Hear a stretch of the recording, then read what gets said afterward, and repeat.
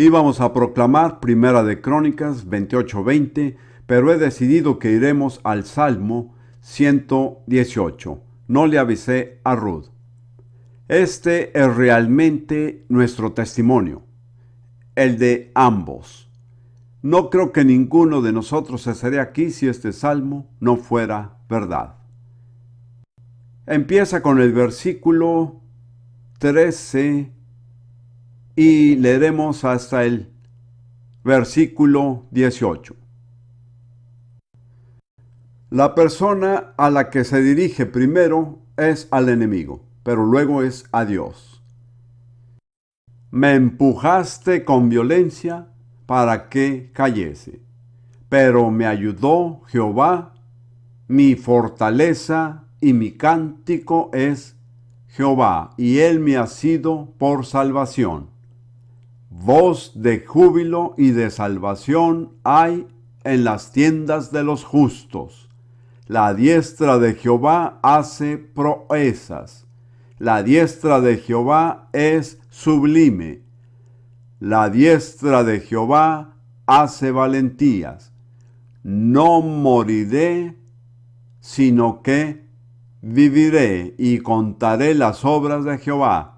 Me castigó gravemente Jehová, mas no me entregó a la muerte. Y si el Señor no lo ha entregado a la muerte, no morirá. Hemos ayudado, creo, a cientos de personas enseñándoles a decir, no moriré, sino que viviré y contaré las obras del Señor. Creo que es justo permitirle decir esto. Dígalo con nosotros si es su primera vez. No moriré, sino que viviré y contaré las obras del Señor. Otra vez. No moriré, sino que viviré y contaré las obras del Señor. Otra vez. No moriré, sino que viviré y contaré las obras del Señor. Amén. Gracias. Ahora, planeo una serie de 6 mensajes, de los cuales este es el primero. El tema será profecías bíblicas acerca del futuro. Digo bíblicas porque hay profecías que no han sido registradas en las Escrituras. Creo en el don de la profecía actual.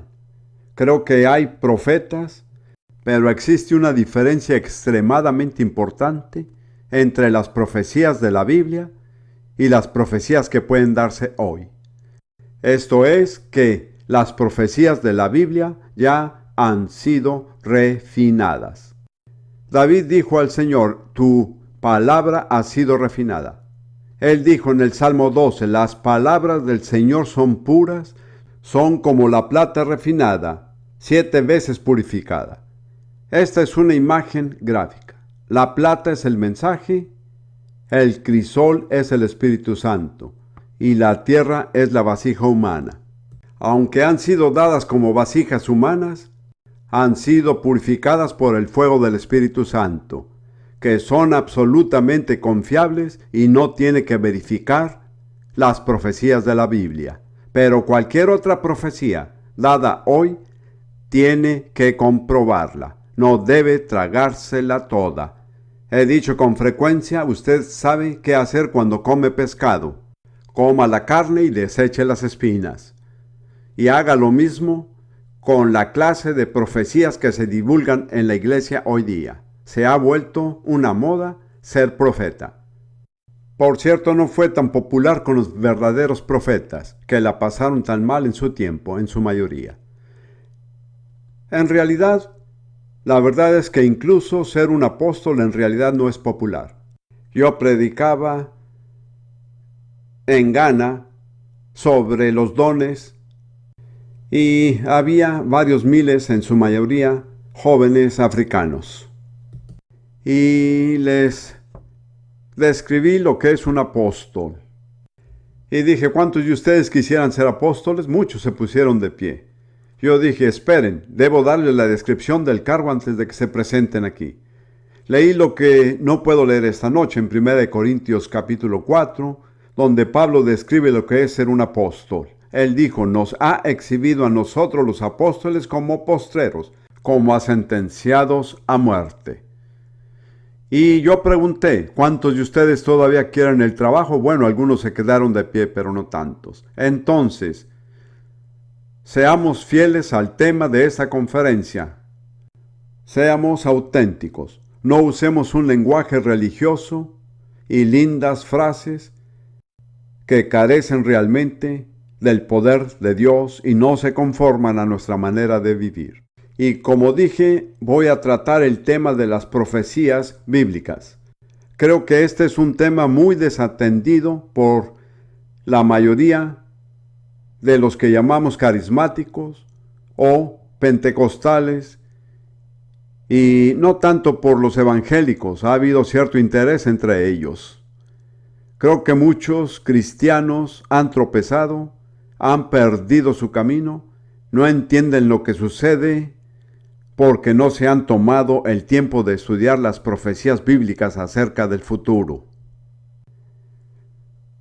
Permítame volver un momento a Isaías capítulo 46, versículos 9 y 10. Es el Señor quien habla, el Dios de la Biblia.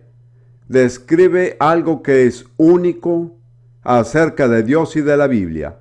Esto no es cierto en ninguna otra religión ni en ningún otro supuesto Dios. Solo Dios predice el futuro con exactitud, incluso miles de años antes de que suceda. Y solo la Biblia contiene esas predicciones. No hay otra religión del mundo que se le pueda comparar, ni el hinduismo, ni el islam, ni la nueva era, ni ninguna otra. La Biblia es totalmente única y revela a un Dios único que predice lo que va a suceder y lo revela por medio de sus profetas, como dije, aún miles de años antes de que éstas ocurran. Estas son las palabras del Señor en Isaías 46, 9 y 10. Yo soy Dios, y no hay ningún otro, y no hay nadie igual a mí. En otras palabras, soy único. Yo anuncio el fin desde el principio, desde los tiempos antiguos, lo que está por venir. Y yo digo, mi propósito se cumplirá y haré todo lo que deseo. Entonces, ese es un atributo único del verdadero Dios, saber de antemano lo que va a suceder. Y Él puede declarar el fin desde el principio. Y en la Biblia hay literalmente cientos de pasajes en los que Dios ha hecho precisamente eso. Lo señalan como el único Dios y a la Biblia como un libro único sin rival en la literatura religiosa universal de todo el mundo. Quiero ir ahora a un pasaje particular, profético, que habla del tema de la profecía y se encuentra en 2 de Pedro, capítulo 1, versos 16 al 19. Leeré el pasaje en un momento, pero primero déjeme decir que el tema de este pasaje es el regreso de Jesucristo en poder y en gloria. Yo sugeriría que este es sin duda el tema más importante de toda la profecía en la actualidad y es la concerniente al regreso del Señor Jesucristo. En el griego del Nuevo Testamento hay una palabra especial, parousia, que se emplea para este suceso particular. Significa la presencia o el regreso del Señor y se refiere a su venida en poder y gloria como Rey para establecer su reino sobre la tierra. Lo que Pedro está diciendo es, cuando les dijimos creyentes acerca de esto, no les contábamos alguna fantasía que nos inventamos o alguna fábula artificiosa, sino que hablamos de la experiencia como testigos oculares. Porque él dijo, vimos en el monte de la transfiguración cómo será él cuando venga en poder y gloria. Como sabe, su rostro brilló como el sol y su vestido era tan resplandeciente como la luz. Luego Dios Padre habló desde una nube y dijo, este es mi Hijo amado, escúchenlo. Así Pedro se refiere a este suceso, pero sigue diciendo que hay algo todavía más confiable que nuestro testimonio presencial, y son las profecías de la Biblia. Escuchen ahora. Porque no os hemos dado a conocer el poder y la venida de nuestro Señor Jesucristo siguiendo fábulas artificiosas, o podría decir la venida del Señor en poder, sino como habiendo visto con nuestros propios ojos su majestad, lo vimos de verdad en su gloria. Pues cuando él recibió de Dios Padre honra y gloria, le fue enviada desde la magnífica gloria una voz que decía, este es mi Hijo amado, en el cual tengo complacencia. Y nosotros oímos esta voz enviada del cielo cuando estábamos con él en el monte santo. Este es el monte de la transfiguración. Puede encontrar esto relatado en Mateo capítulo 17, los primeros versículos, y en los otros dos evangelios, Marcos y Lucas. Entonces Pedro dice, nosotros en efecto vimos un anticipo de lo que será cuando Jesús regrese en gloria. Pero esto es muy importante. Él dijo, hay otro testimonio aún más confiable y es el testimonio de la palabra profética de Dios. Siempre la máxima y más segura fuente de verdad es la palabra de Dios. El testimonio de los testigos oculares es impactante, pero nunca reemplaza el testimonio de las escrituras proféticas. En 1 Corintios 15, cuando Pablo habla acerca de la resurrección, primero que todo, él dice que Jesús murió conforme a las escrituras, fue sepultado conforme a las escrituras y resucitó al tercer día. Las escrituras son el principal testimonio. Luego enumera toda una serie de testigos que en verdad vieron a Jesús después que resucitó de los muertos. Pero recuerde que la suprema autoridad de cualquier verdad son las escrituras, la palabra de Dios. Y así, él continúa diciendo en el versículo 19, tenemos también la palabra profética más segura, a la cual hacéis bien en estar atentos como una antorcha que alumbra en lugar oscuro hasta que el día esclarezca y el lucero de la mañana salga en vuestros corazones. Entonces dice que han escuchado nuestro testimonio, pero es más importante que estén atentos a la palabra profética de Dios, que es superior a cualquier testimonio humano.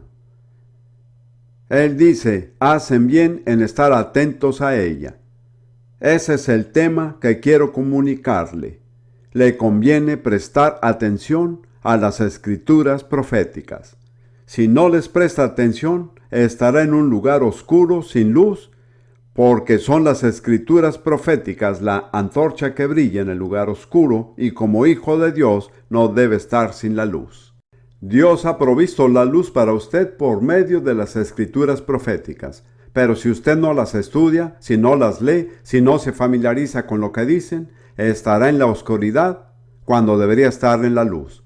Y una persona que está en la oscuridad no sabe a dónde va. Termina en toda clase de situaciones que nunca hubiera elegido. Eso es precisamente lo que sucede a los cristianos que ignoran la palabra profética de Dios. Terminarán en lugares que nunca quisieron estar, porque no tenían la luz que les muestra por dónde ir y los peligros que hay que evitar. Ahora, Pedro dice que tenemos la palabra profética más segura. Quiero hacerle esta pregunta. ¿Cómo era la palabra profética más segura para los apóstoles? Mi respuesta es esta: la palabra profética se volvió más segura cuando vieron que las profecías del Antiguo Testamento en efecto se cumplían delante de sus ojos en la vida de Jesús. Ellos ya creían, pero fue más segura cuando vieron cumplimiento tras cumplimiento tras cumplimiento de las profecías del Antiguo Testamento en la vida de Jesús. También quiero señalar que cada una de estas profecías que vamos a ver en un momento se cumplieron literalmente. Según lo que he encontrado, no hay evidencia en el Nuevo Testamento de las profecías del Antiguo Testamento que se hayan cumplido espiritual o metafóricamente. Se cumplieron literalmente. Yo era filósofo antes de volverme predicador, algo que pueden notar en mí ocasionalmente. Y yo me opongo al uso de la palabra literalmente, porque sugiere algo que no es real. Escuchen, ¿dónde está el hermano Don? Hermano Don, ¿estás literalmente casado? ¿Ven lo que digo? Así sugiero que existe una forma de estar casado sin estarlo, carece de sentido, es muy peligroso. ¿Qué tal otra pregunta? ¿Paga literalmente sus impuestos? ¿Ve el peligro de esa pregunta? Algunas personas dirían que yo pago mis impuestos metafóricamente, pero en realidad no me desprendo de ningún dinero. Es lo mismo hablar acerca de las profecías que se cumplen metafóricamente o que no se cumplen literalmente. Significa que no hablan en serio. Todas las profecías que he descubierto en el Nuevo Testamento, del Antiguo Testamento, cumplidas en el Nuevo, se cumplieron absoluta y literalmente. De hecho, casi diría que en algunos casos fue horriblemente literal. Le daré una lista de 11 profecías del Antiguo Testamento que se cumplieron en la vida de Jesús según el Nuevo Testamento. Le mostraré y usted verá por sí mismo cuán literal fue el cumplimiento de cada una de ellas. Le daré el pasaje del Antiguo Testamento, no le daré el Nuevo Testamento porque confío que la mayoría de ustedes conocen bastante bien el texto del Nuevo Testamento. Primero, el número 1, Jesús nació de una virgen. Era una virgen literal, no una virgen metafórica, si tal cosa existe. Si ella no hubiera sido una verdadera virgen, nuestra salvación no habría sido válida. Si ella hubiera sido una virgen metafórica nada más, Jesús no hubiera podido ser nuestro Salvador. Isaías 7:14 nos lo dice. En segundo lugar, nació en Belén. Miqueas 5:2.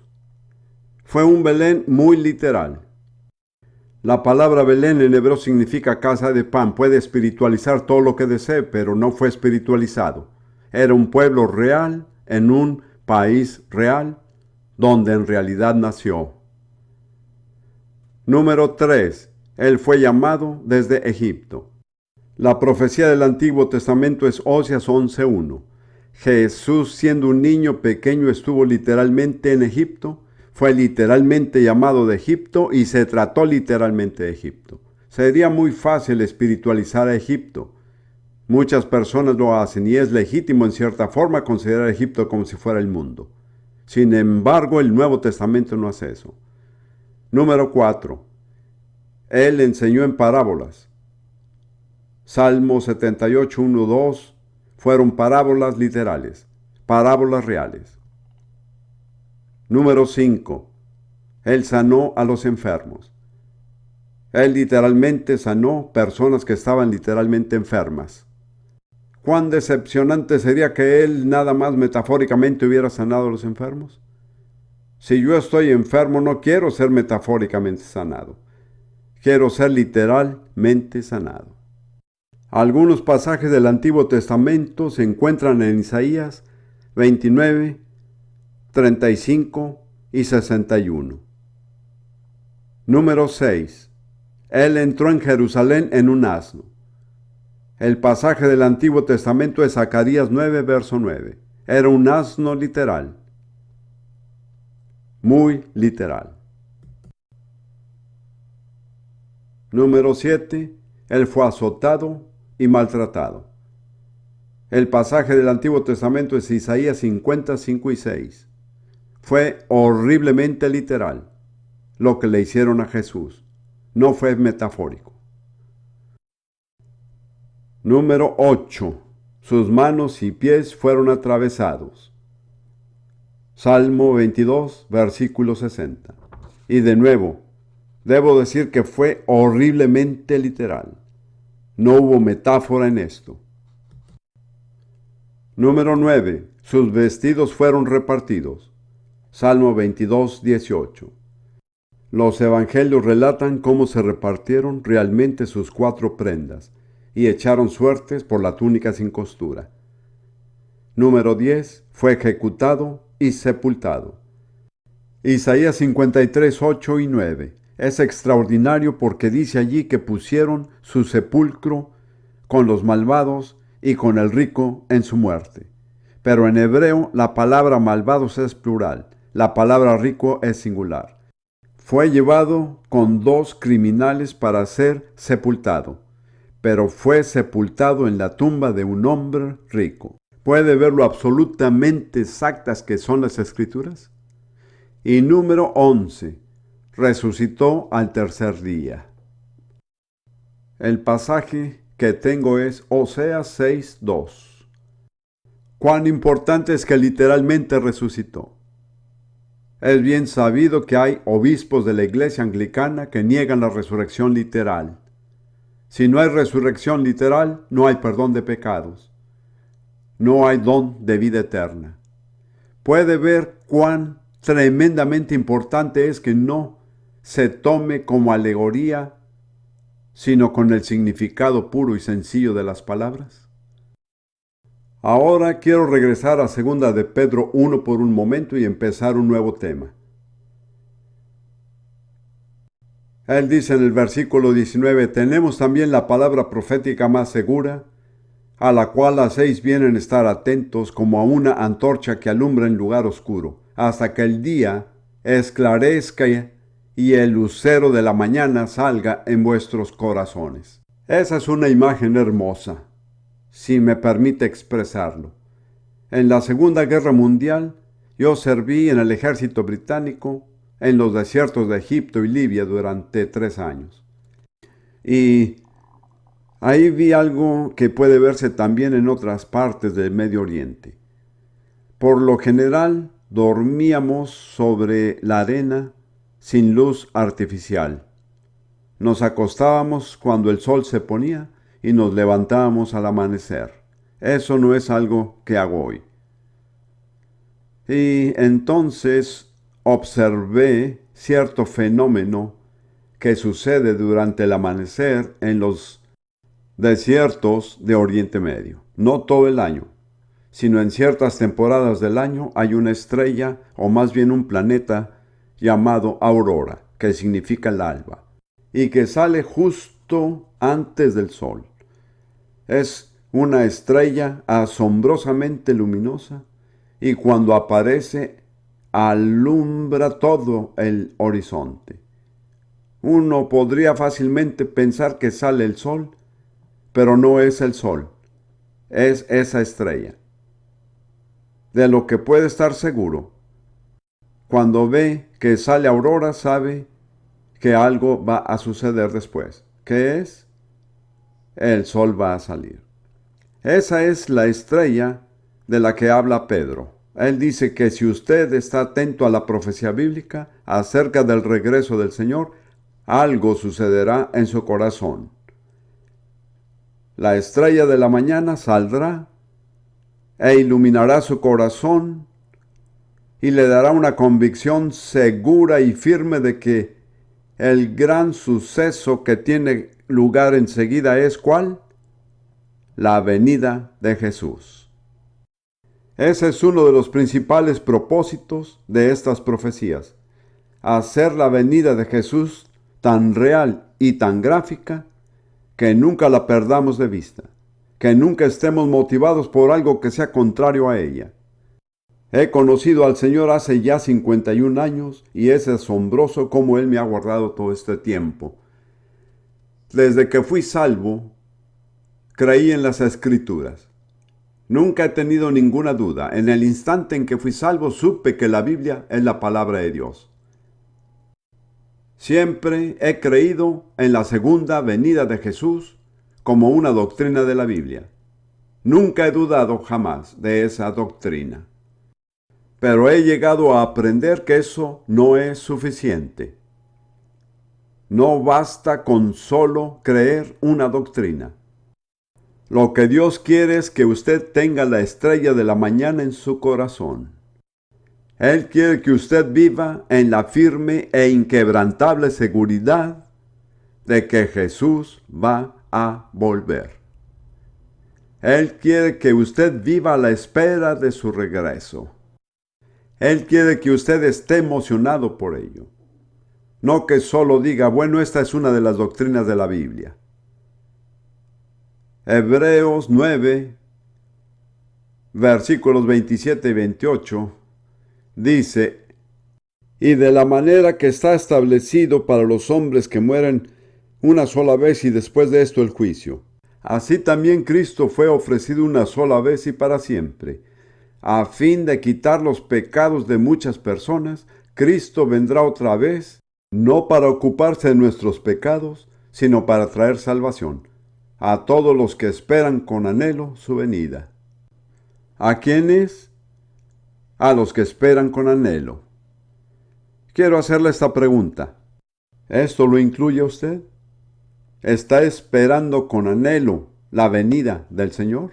No estoy hablando de creer en una doctrina. Estoy hablando de algo en su corazón que lo motive, que lo entusiasme, que lo emocione. Tengo un querido amigo que es predicador y nos hemos conocido hace 30 años. Él es un poco diferente a mí, es un poco más informal en su expresión. Él dijo una vez que no he podido olvidar, él dijo, cuando el Señor regrese, él espera escuchar de su novia algo más que un qué bueno tenerte de vuelta.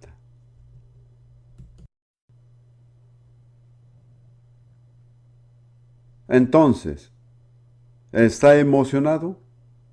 Sea honesto consigo mismo, porque Dios puede cambiarlo. Una de las razones por las que está aquí es para ser cambiado. Si usted no tiene esa expectativa cargada de emoción, hay una forma como puede obtenerla. He aprendido esto. Si no leo la Biblia cada día y medito en ella y reflexiono en ella, estas gloriosas verdades se vuelven algo lejano. Todavía pienso que son doctrinas, las acepto, pero no motivan mi manera de vivir. Cualquiera que cree en el regreso del Señor debería estar motivado para llevar una vida que corresponde a esa creencia. En Primera de Juan, capítulo 3, esta es otra de nuestras proclamaciones, pero no invitaré a Ruth. Los primeros 3 versículos de Primera de Juan 3. Mirad cuál amor nos ha dado el Padre para que seamos llamados hijos de Dios, y lo somos. El mundo no nos conoce porque no le conoció a Él. Amados, ahora somos hijos de Dios, y aún no se ha manifestado lo que hemos de ser. Pero sabemos que cuando Él se manifieste, seremos semejantes a Él, porque le veremos tal como Él es. Ahora puede decir amén a esto. Pero hay una característica para los que creen esto y se encuentra en el siguiente versículo. Y todo aquel que tiene esperanza en Él, se purifica a sí mismo, así como Él es puro. Entonces, no diga que usted espera la venida del Señor, a menos que esté purificándose y buscando día con día para estar mejor preparado para llevar una vida más santa y que glorifique más a Dios. Quizá tenga la creencia doctrinal, pero no la evidencia en su vida. Todo el que tiene esta esperanza en Él se purifica a sí mismo. Así como Él es puro, Dios tiene un solo modelo de pureza. Es Jesús. Así que voy a preguntarle otra vez, ¿está realmente purificándose a sí mismo? ¿Está buscando día a día acercarse más al Señor? ¿Vivir de un modo agradable a Él? ¿Glorificarle? ¿Darle el primer lugar en su vida? Yo acostumbraba a decir durante años, incluso como filósofo, si Dios está dispuesto a tomar un lugar en nuestra vida, solo hay un lugar que lógicamente podemos darle, y ese lugar es el primero. Si el Dios Todopoderoso, Creador del cielo y la tierra, está dispuesto a habitar en nosotros, no podemos ofrecerle la habitación de huéspedes. Tenemos que darle lugar de honor. Tenemos que reconocer su dignidad.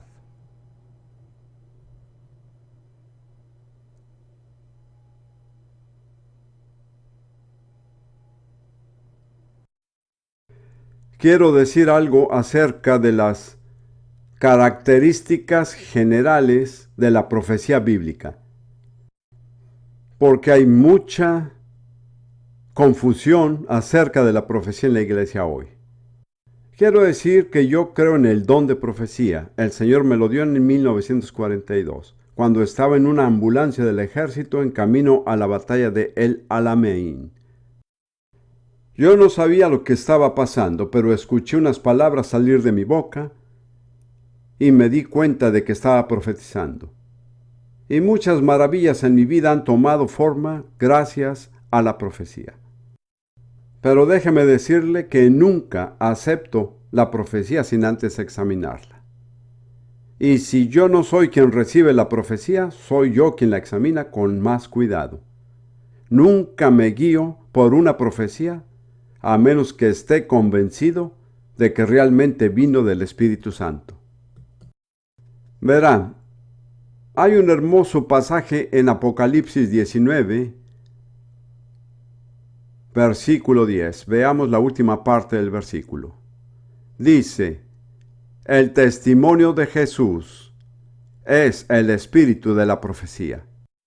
En otras palabras, toda profecía verdadera da testimonio de Jesús. Él es el tema de toda profecía desde Génesis 3:15 hasta el final del libro de Apocalipsis. Cualquier mensaje que no dé testimonio de Jesús debe ser cuestionado. Si pone cualquier otra cosa en el lugar que está reservado para Jesús, si algo desvía nuestra atención a cualquier otra área que no es Jesús, no tiene la marca de la profecía bíblica, porque el testimonio de Jesús es el espíritu de la profecía. Él es el tema de toda profecía. Y luego en Juan 16:14, Jesús habló acerca de la venida del Espíritu Santo. Él me glorificará. El Espíritu Santo tiene un propósito supremo: glorificar a Jesús.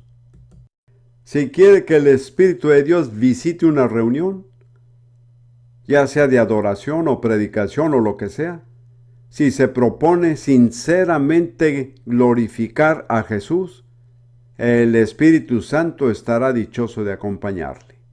Pero a Él no le interesa glorificar a nadie más sino a Jesús.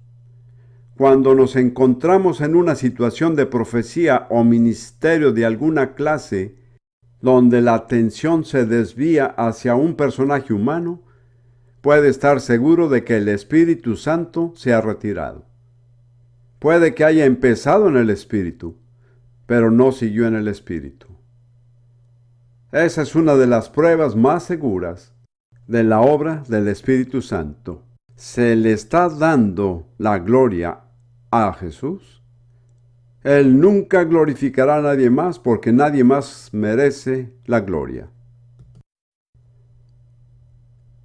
Luego, como he señalado ya en las palabras de segunda de Pedro, el enfoque central de toda la profecía en este periodo específico es el regreso del Señor. Dios quiere recordarnos constantemente el regreso del Señor Jesús. Permítame presentarle otra imagen sencilla de la profecía. Puede considerar la profecía como un mapa de acontecimientos futuros. Si tiene un mapa, como el mapa de una ciudad, no le muestra todo. En términos generales, si es un mapa de una ciudad, no le mostrará el color de las casas. Ni siquiera la altura de las casas. No le mostrará los nombres de las personas que viven en las casas. Pero le mostrarán lo suficiente para el propósito por el cual fue hecho el mapa, que es guiarlo a donde usted quiere ir. La profecía bíblica es como un mapa. No le muestra todo. Tal vez no le muestre las cosas que le interesan, pero le mostrará lo suficiente si presta atención para guiarlo al destino correcto. Ese es su propósito. ¿Cuál es el destino? Así es, yo digo que es la vida eterna. Escapar del infierno. ¿Cuántos creen que el infierno es real? Alabado sea Dios. Doy gracias a Dios porque Él me salvó del infierno. Si yo tuviera lo que quiero, hace rato que estaría en el infierno. No puedo pedir justicia. Lo único que puedo rogar es misericordia. El infierno es donde yo debería estar. No me cabe la menor duda. Pienso en un amigo mío que era vendedor, un vendedor comercial en los Estados Unidos, también es predicador. Se ganaba la vida vendiendo algo y tenía que conducir de un lado a otro. Excedió el límite de velocidad 3 veces. Entonces el sheriff, que es la persona que trata con estos asuntos, el sheriff lo citó en su oficina. Él tenía miedo de perder su licencia de conducción. Si perdía su licencia, perdía su medio de sustento. Entonces pensó en lo que iba a decir. Entró en la oficina del sheriff y dijo: Señor, no le pido justicia, le pido misericordia. El sheriff dijo: nadie me ha dicho eso jamás. Él le permitió conservar su licencia. Bueno, pensé en eso muchas veces. Señor, no te pido justicia, te pido misericordia. ¿Puede estar de acuerdo con esto? ¿Está feliz porque no va a recibir justicia? La Biblia dice que la paga del pecado es muerte. La recompensa justa del pecado es la muerte. Si usted quiere justicia, hermano, puede tenerla. De hecho, la tendrá, ya sea que lo desee o no. Pero el don de Dios, el don gratuito de la gracia de Dios, absolutamente inmerecido don de Dios, es vida eterna. No pida justicia.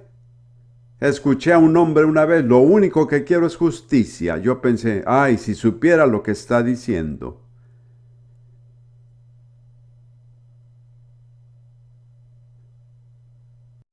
Ahora, hay 2 razones por las cuales es bueno tener un mapa.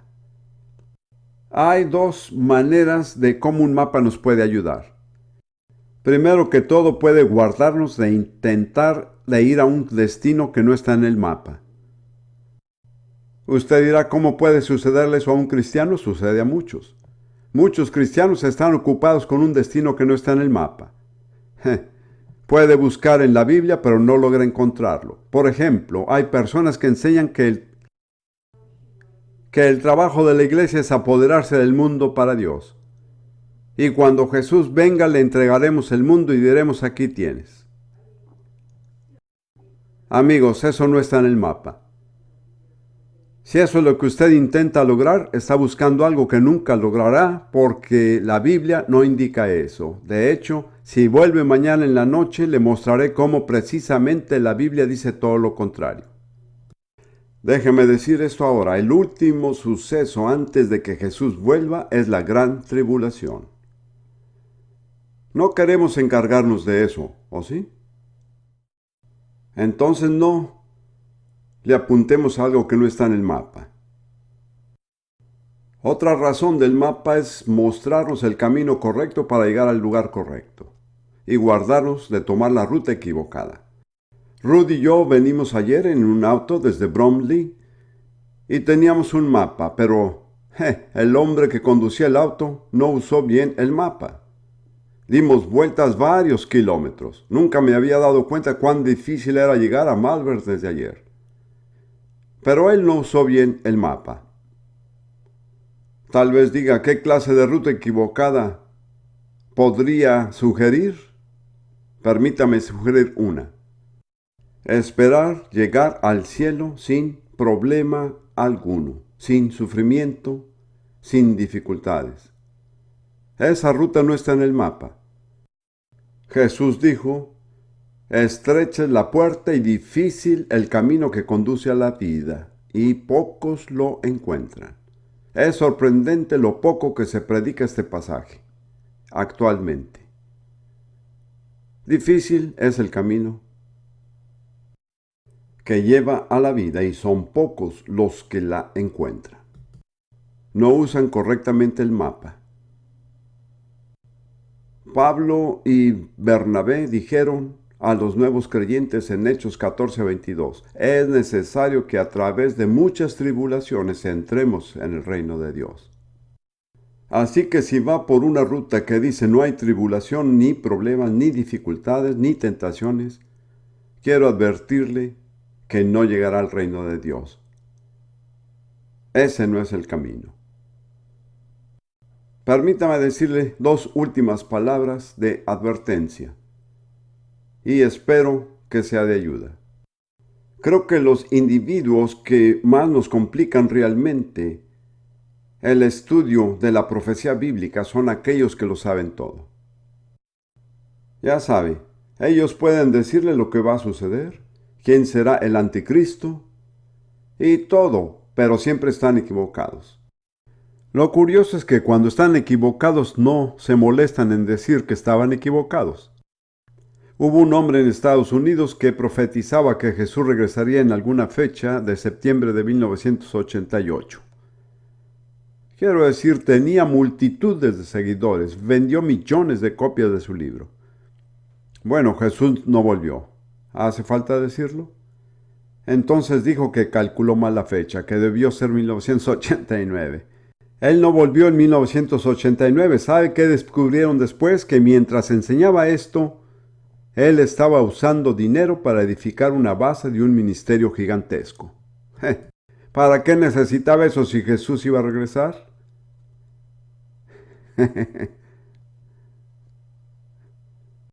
Es decir, he conocido individuos que me han decepcionado, porque estaban tan seguros acerca de todo.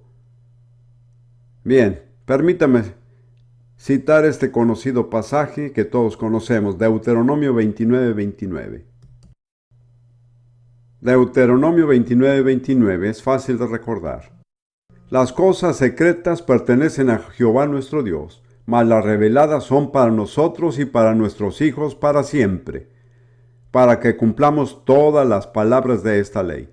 Entonces hay dos tipos de cosas, las cosas secretas y las que son reveladas. Hay muchísimas cosas que quisiéramos saber, pero Dios no las revela, son secretas. Perdemos nuestro tiempo tratando de indagar las cosas secretas, porque si Dios va a mantenerlas en secreto, nadie va a descubrirlas. Pero el problema es, por ejemplo, si yo enseño ciertos temas, casi en todos los casos, la primera persona que se me acerca dice lo siguiente, si puede entender este lenguaje: pre, post o en medio. ¿Sabe lo que significa? ¿Va a venir antes de la tribulación, después de la tribulación o en medio de la tribulación? ¿Sabe qué respondo? No sé. No me avergüenza en absoluto. De hecho, no estoy convencido de que a la luz de lo que va a suceder, estas preguntas tengan algún sentido en realidad. Pero en lo que a mí respecta, esa es una cosa secreta.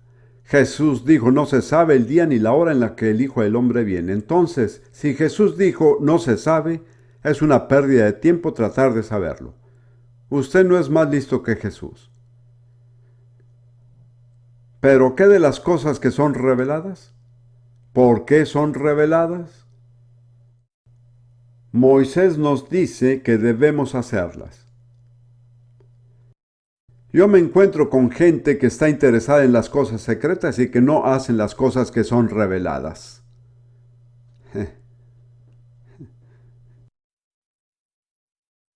El hermano está de acuerdo. Me alegra tener personas atrás que están de acuerdo conmigo. Le daré un ejemplo sencillo, lo retomaré mañana. Los discípulos dijeron a Jesús, ¿qué señal habrá de tu venida? En Mateo 24:4, Jesús les dio una respuesta específica.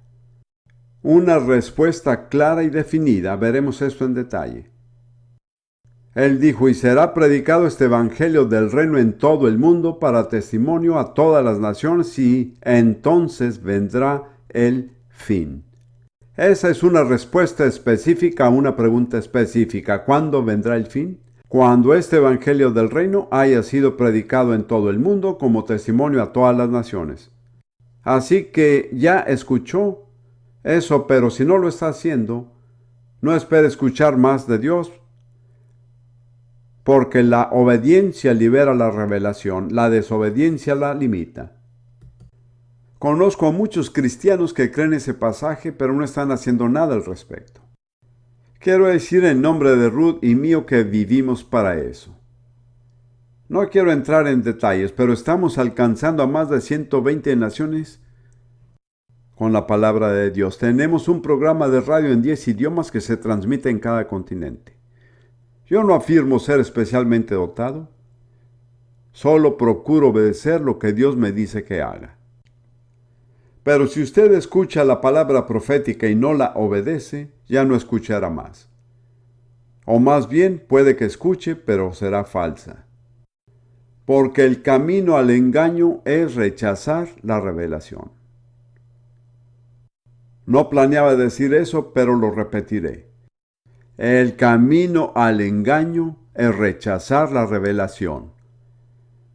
Puedo darle listas de personas que están en ese camino porque lo que Dios les reveló no les convenía.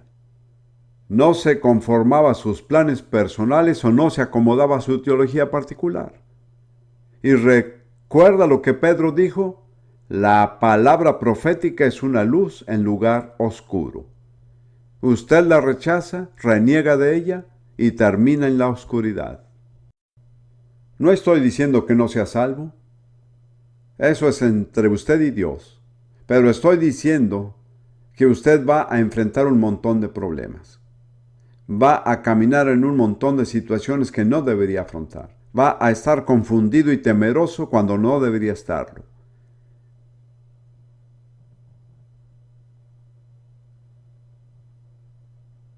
Voy a citar un pasaje más y esto es preparación para mañana. Eso espero. Deuteronomio 18, 18 y 19. Palabras de Moisés a Israel. Deuteronomio 18, versículos 18 y 19. Profeta les levantaré de en medio de sus hermanos, como tú, como Moisés, y pondré mis palabras en su boca, y él les hablará todo lo que yo le mandare. Los escritores del Nuevo Testamento están en total acuerdo con que el profeta era ¿quién? ¿Quién era? Jesús. Así es. Entonces sabemos, según el Nuevo Testamento, que la persona que cumplió esa profecía fue Jesús. Él es el único profeta de quien Dios diría que él hablaría todo lo que él mandare. Luego dice, mas a cualquiera que no oyere mis palabras que él hablare en mi nombre, yo le pediré cuenta. Hermanos y hermanas, ignorar la enseñanza profética de Jesús es muy peligroso. Porque si usted no oye lo que Dios dice, Él va a pedirle cuentas. Esa será una conversación muy dura cuando usted esté a solas con Dios y Él diga, ¿por qué no escuchaste la enseñanza profética de mi hijo? ¿Qué excusa le va a dar? No hay excusa que valga. Eso es todo lo que tengo que decir, salvo una cosa. Quiero hacerle una pregunta. Sea sincero. ¿Está usted en este momento esperando con anhelo y gozo el regreso de Jesús? Lo diré de nuevo. ¿Está usted en este momento esperando con anhelo y gozo el regreso de Jesús? Porque si no es así, la estrella de la mañana no se ha levantado en su corazón. Y va a tener problemas. Así que, si ha podido recibir lo que he dicho esta noche, y realmente quiere estar en la voluntad de Dios, y quiere ser obediente a las Escrituras, y reconoce que la actitud de su corazón hacia el regreso de Jesús no es la que debería de ser, pero le gustaría cambiar, o más bien quisiera que Dios lo cambiara a usted. Los que estamos en la plataforma quisiéramos orar por usted, específicamente por esto, que en el transcurso de los próximos días usted experimente ese cambio. Que al final de este campamento usted salga con un anhelo renovado y entusiasta por el regreso de Jesús. Si quiere que oremos por usted, tome la decisión de anhelar esto, porque Dios no lo obligará. Pero si eso es lo que quiere, si es así como quiere vivir, permítame decirle esto, he estado entre muchos tipos diferentes de cristianos en muchos países. He descubierto que cuando Rudy y yo estamos entre personas que esperan con anhelo el regreso de Jesús, experimentamos comunión inmediata con ellas. No hay barreras. Hay personas, las más maravillosas de toda la tierra, de muchas nacionalidades diferentes, que tienen esto en común. Ellas anhelan el regreso de Jesús. Déjeme decirle, si no lo anhela, creo que Dios va a permitir que sucedan cosas en el mundo y en su vida que le permitan apreciar lo mucho que debería anhelarlo. Entonces, si quiere ser cambiado con respecto a esto, no estoy hablando de ningún otro cambio en este momento. Y le gustaría, como el hermano Don y las demás personas que están en la plataforma, orar con usted, piénselo bien, no se apresure. Si realmente quiere ser cambiado y que oren por usted, entonces póngase de pie ahí donde está. Hermano Don, venga con su equipo. Acompáñeme en oración. Le digo, si usted experimenta un cambio, este campamento será inolvidable. Se irá de aquí caminando en el aire. La gente le dirá, ¿qué le pasó? ¿Ganó la lotería? Usted dirá, no, simplemente creo que Jesús va a volver.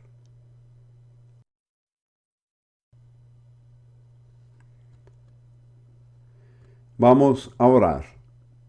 Señor, tú ves estos queridos hermanos de pie delante de ti esta noche, manifestando que quieren experimentar un cambio en su actitud frente al regreso de Jesús. Señor, creemos que tú puedes hacerlo. Si ellos son sinceros en ese deseo, tú lo harás por ellos. tú trabajas transformando los corazones y las vidas de las personas. Oramos por cada persona aquí delante de ti esta noche. Que tú, Dios, obres soberanamente en su corazón y en su vida antes de irse de este campamento. Que haya tenido esa gloriosa experiencia, la estrella de la mañana que se levanta en sus corazones, y esos corazones resplandecerán y dirán: Jesús regresará, Jesús regresará. Amén.